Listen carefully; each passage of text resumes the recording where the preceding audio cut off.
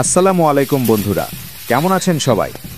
আজকে আমরা দেখব কিভাবে ভুট্টার পায়েস তৈরি করা হয়। প্রথমে দেখা যায় ভুট্টার ক্ষেত। সবুজ শস্য গাছের টলটলে পানির ফোঁটা ঝকঝক করছে, যা ভুট্টার প্রাকৃতিক উৎসকে তুলে ধরে। এরপর শুরু হয় ফসল কাটা। কৃষকরা ক্ষেত থেকে পাকা ভুট্টার মোচা তুলে নেন, ঝুড়িতে ভরে কাঁধে বহন করেন। তারপর খোসা ছাড়িয়ে শুকানোর জন্য প্রস্তুত করা হয়। শুকানোর ধাপে ভুট্টাগুলো দড়ি গিয়ে একত্রে বাঁধা হয় এবং কাঠের বিমে ঝুলিয়ে রাখা হয়। সূর্যের আলোতে প্রাকৃতিকভাবে শুকিয়ে সংরক্ষণ করা হয়। এরপর আসে পাথরের চাকির প্রস্তুতি। এটি ভালোভাবে ধুয়ে পরিষ্কার করা হয়, খাঁজগুলোকে ধারালো করে তোলা হয়। পরে ভারী চাকিটি কাঠের বেসে বসানো হয় এবং লম্বা কাঠের হাতল লাগানো হয়।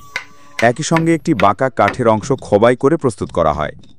চাকিটি প্রস্তুত হলে শুকনো ভুট্টার মোচা থেকে দানা আলাদা করা হয়।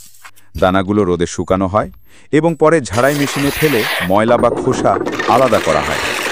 পরিষ্কার দানাগুলো পাথরের চাকিতে ঢালা হয়, ধীরে ধীরে ঘুরিয়ে গুঁড়ো করা হয়।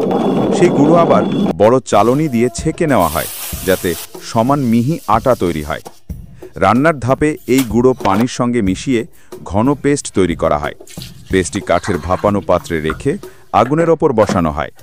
প্রথমবার ভাপানোর পর এটি বের করে আবার পানির সঙ্গে মিশিয়ে দ্বিতীয়বার ভাপিয়ে সঠিক ঘনত্ব আনা হয়। সবশেষে তৈরি হয় গুইঝো কর্ন গ্রুয়েল। একটি বাটিতে পরিবেশন করা হয় এই ভুট্টার পায়েসের মতো খাবারটি। পুরো প্রক্রিয়া সম্পন্ন হয় ক্ষেত থেকে শুরু করে খাবার টেবিল পর্যন্ত। যদি ভিডিওটি ভালো লেগে থাকে তাহলে অবশ্যই লাইক দিন এবং আমাদের চ্যানেলটি সাবস্ক্রাইব করুন আরও এমন প্রক্রিয়া দেখার জন্য।